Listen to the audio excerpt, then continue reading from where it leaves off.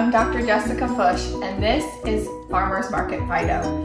Today I have a highly requested video, a very important video, possibly the most important video I have made yet. This meal is complete and balanced. And that is the number one thing that your veterinarian, your neighborhood veterinarian, is going to request of you if you home cook for your dog. They want to know that the recipe is complete and balanced. Unfortunately, a lot of recipes that you find online are not. So I have made one for you that is 100% complete and balanced, and you will be able to find a link to a PDF to print that out that you can share with your veterinarian and prove to them that it is complete and balanced. It does require some supplements to get this done, just like what's in commercial dog food, but the rest of the ingredients are whole foods, which is what is so, so important. Okay, we have spinach, and the spinach actually doesn't add a ton of nutrients, but it does add fiber, and there's a lot of phytochemicals that spinach has. The greens, you know, there's so much goodness in green vegetables, and there has been a study, just one study, proving that one type of canine cancer in one breed, I know it's very specific, but that eliminates variables. But green vegetables added to even dog food reduce cancer in these dogs by 70%. Might have even been 75, but it was a lot. It was very significant, and it is an amazing study, and I'm so glad that they finally have a whole food study. So we have spinach, we have ground turkey. I choose organic because this was actually on sale. And I have beef heart, I have sweet potato, I have cow liver that I got from the farmer's market. My calcium is coming from eggshell powder, which there's a video that I will link to here or here, and you can find out how to make this. Iodized salt is a great way to get iodine in there. We have flaxseed, which is an excellent source of omega-3s and as well as fiber. We have some oats, and zinc is one of those things, unless you're using seafood, woo, yeah, that you actually do need to have a supplement for. I also batch cook for them, and I buy pre-prepared raw, and I buy pre-prepared home-cooked foods to keep in my freezer sometimes too, because I'm really busy. I get it. I am a full-time veterinarian. I'm a YouTuber. I'm a podcaster. I have a podcast called the Biohack Your Pets podcast. And I'm a mother of 3 sons who have sports in 3 different schools. They're 4, 5, and 12. I have 2 dogs and 2 cats. So if I can do this, you can do this. And this is the number one thing that you can do to improve your pet's overall well-being and health and longevity. So let's get into it. Let's do it together. I'm here for you. Please feel free to ask questions in the comments. Go ahead and hit the like button if you like videos like this. Please put a comment and let me know if you want to see a raw formulation. I'm gonna not make you watch all the cutting and chopping, okay? But I will share some of my little secrets. So I'm gonna come back and we're gonna put it in together. All right. My son says I say that way too much, all right. It's true, I do. But I'm gonna fix it so that you don't get annoyed by it. I'm putting the sweet potato in first. I actually measured the sweet potato at the store because they have a scale right there in Publix. The ground turkey came in a 1-pound package, so I didn't have to measure that out at all. Just plop it in. The spinach calls for 8 ounces. This is a 9-ounce bag, so it's actually gonna be pretty spinach heavy, and it depends on the dog. Some dogs do not like green vegetables that much, so I'm actually not gonna put it all in. I think it'll end up being more like 5 ounces. It's not that important. It is really good for them. It's actually more like 4 ounces. Spinach just takes up a lot of room, so I'm gonna adjust the PDF before you get it, but I measured out my 1/2 pound of beef heart, 1/2 pound of beef liver here. Isn't it pretty? We're gonna need to cut that up into smaller pieces. But you have 1 cup of oats. And you can put a little bit of water in this. This right here is 10 grams of salt, and it is regular table salt. I know that the Himalayan pink salt is full of lots of different minerals, but what it doesn't have is iodine. And the iodine is what I'm using the table salt for. And that helps with thyroid function, and it's just an easy supplement to get iodine. A lot of humans were getting goiters and thyroid issues, which we still have a bunch of thyroid issues, but there was a lot of thyroid issues before they started adding iodine to table salt, and that did help correct it. We have our eggshell powder here, and that's 12 grams of eggshell powder. And the other thing that I just added in without even telling you was the flaxseed. That was 10 grams of flaxseed.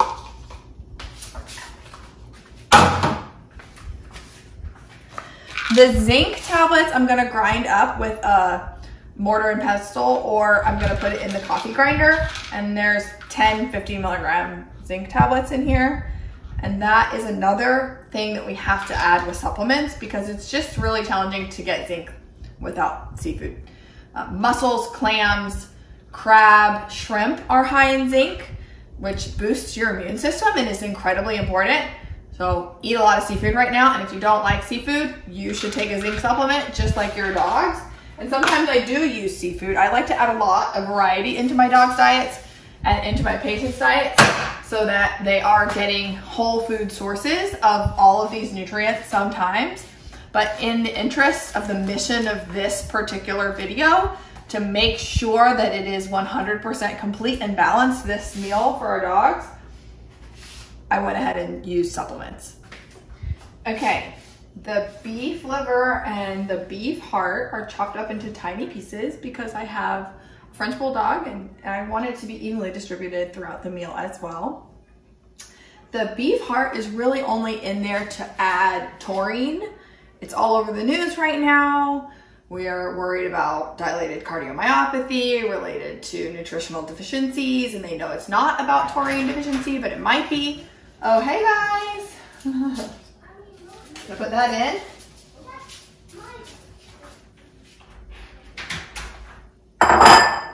How was the pool? Great. Fun? Awesome. Yeah. All right, well, I'm almost done making the dog food, and then I'm gonna make our food, so. We're gonna go get a bath. Go take a bath? Yeah. After the bath. After the bath. Go on, go get in the bath. 5 minutes. Start. I love you. Start getting my banana. Okay. So I was gonna add a multi-mineral to the food, and I found we don't need to do that. It's not necessary. So I have this for me. This is mine. I take this because for a while you couldn't actually buy zinc thanks to COVID. So this has zinc in it, and I just needed a source of zinc. But it's good to take a mineral supplement. We don't have the best diet ourselves all the time, although I do love to cook. I know not everybody does. So you may not have as diverse of a diet. Some people don't like seafood, and some dogs don't like seafood. So sometimes you need the zinc supplementation. Also, I have one dog who is allergic to chicken, and so that's why I don't use the chicken hearts and the chicken livers. Although I did go ahead and buy some chicken hearts as treats that I give raw or just boil them for the dogs that are not allergic to chicken. It's only $2 for £1.5 pounds, and it's a very healthy treat. It's not real high in taurine the way that beef hearts are. I think that chickens are just not as active, and they don't have as much red, iron, and the red meat really is full of nutrition for dogs. So I wanted to talk about this food scale. It's really helpful to have a food scale if you're going to cook for your dogs, because you do want to measure out, especially the calcium powder, that sort of thing. The calcium phosphorus ratio in this recipe is perfect. The other thing that's perfect is the omega-3 ratio.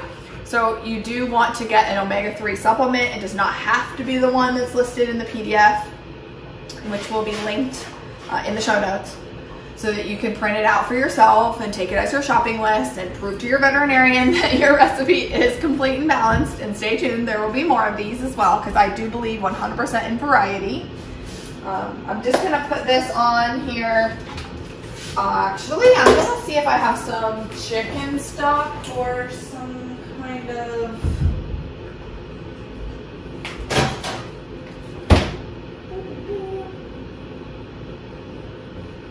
Oh yeah.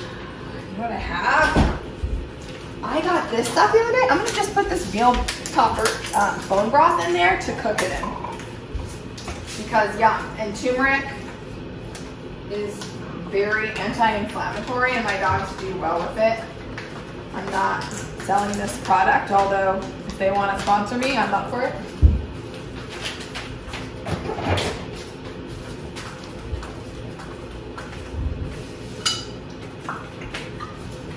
Stir it up so it all cooks together well. Although there's really nothing in here that couldn't be fed raw.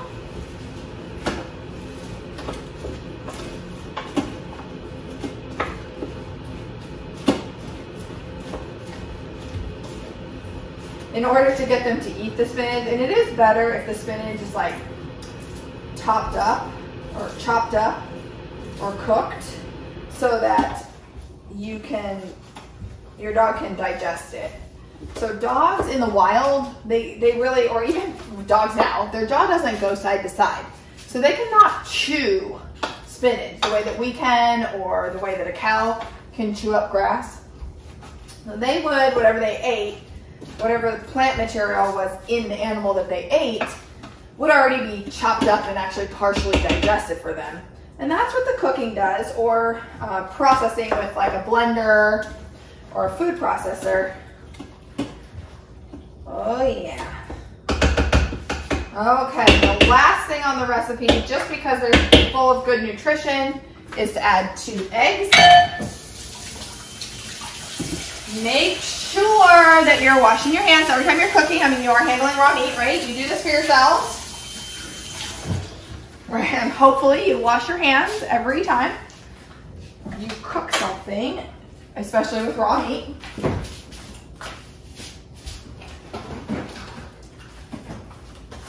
If you stay to the end of this video, you will get to see a breakdown of the cost of this recipe, at least here in North Florida, how much it costs for me to source all of these ingredients, and I'm gonna save these eggshells because I'm about to need to make more eggshell powder.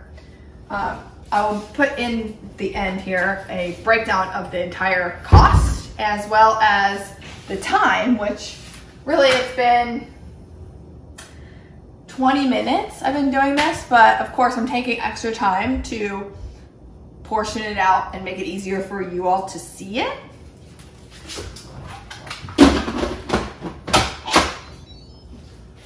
All right, so I like to keep the pressure lower. So we're gonna pressure cook it. We're gonna pressure cook it on low, and we're gonna do 10 minutes. Actually, that's perfect. So there it goes. And here it goes. I will grind up the zinc powder. I'm gonna add that in. And the cod liver oil and the fish oils definitely need to be added last. You would not wanna put cod liver oil or omega-3 fish oil into the Instant Pot because that would mess up the oils. It actually denatures them and makes them not useful for your pet. Regular dog food has really high levels of omega-6, which is more inflammatory than omega-3. So if you add omega-3 to your dog food, it does help your dog a lot. Almost any dog who's on a commercial dog food needs a ton of extra omega-3. But even if you aren't using a commercial dog food, like I'm not, I'm cooking for them. If you're gonna start cooking for your dog, it's still important to balance out the ratio. And the recipe before the omega-3 had about 25 to 1, omega-6 to omega-3. And then now that I'm adding in a teaspoon of, or 5 grams of Nordic Naturals fish oil for pets, that in the whole recipe, basically, which you can add it into the food once it's cooled down and then portion it out for the next couple of days.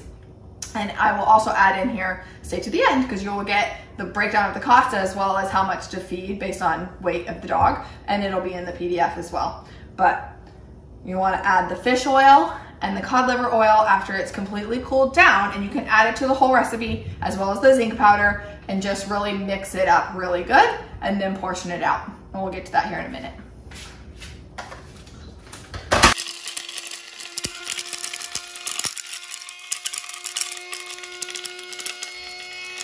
Zinc smoke. I added the zinc powder, and this here is pumpkin. Pumpkin doesn't change the nutritional profile of the meal very much, but I will add it to the PDF. I have adjusted the spinach so that it is exactly what's in this recipe, and that way you can find all of these things at your local grocery store, and you have a 100% complete and balanced dog food. Oh, it didn't cool down completely. I'm gonna add the oils as soon as it's completely cooled down, and then of course you don't want to feed it to your dogs until it's cooled down as well, so that it doesn't get burn their mouth. And I have the eggshells here that are now dried and cleaned, and I'm going to turn that into eggshell powder because I needed some more. So